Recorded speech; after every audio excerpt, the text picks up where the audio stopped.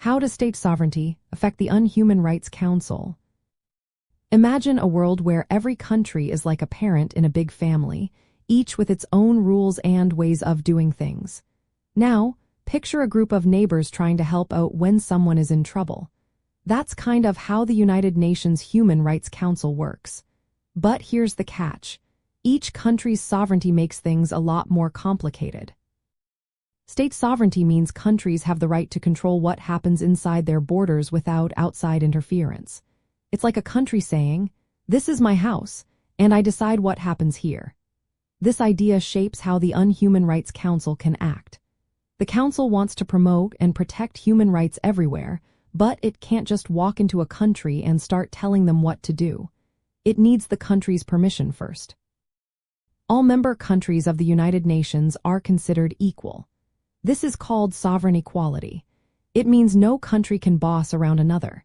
This creates a tricky situation for the Council because some countries might be violating human rights but refuse outside help or scrutiny. They might say, "That's our internal matter," and resist investigations or criticism. When it comes to armed conflicts, the Geneva Conventions and laws of armed conflict are meant to protect civilians. But if a country is involved in a war or conflict, it can block the Human Rights Council from stepping in. They might say, "This is our fight, and we won't let outsiders interfere." This limits the Council's ability to enforce protections for civilians caught in the middle of wars. The Council also has to respect a country's responsibility to protect its own people. If a government is failing or even causing harm, the UN faces a tough choice. It must balance respecting sovereignty with the need to stop serious violations like genocide or war crimes. Sometimes, countries that commit these crimes refuse to cooperate, making it harder for the Council to act. Powerful countries often use sovereignty as a shield. They might block or slow down efforts to hold them accountable. Smaller or weaker countries can do the same, claiming sovereignty to avoid criticism.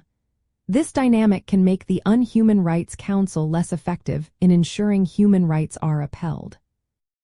In practice, the Council works best when countries are willing to cooperate.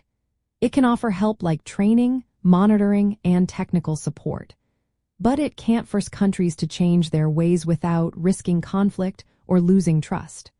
So, the influence of sovereignty means the Council must often negotiate and work with countries rather than impose solutions. Overall, sovereignty shapes what the Human Rights Council can do. It limits direct action but encourages dialogue and cooperation. The Council's goal is to promote respect for international laws like the Geneva Conventions and protect civilians, all while respecting each country's right to govern itself.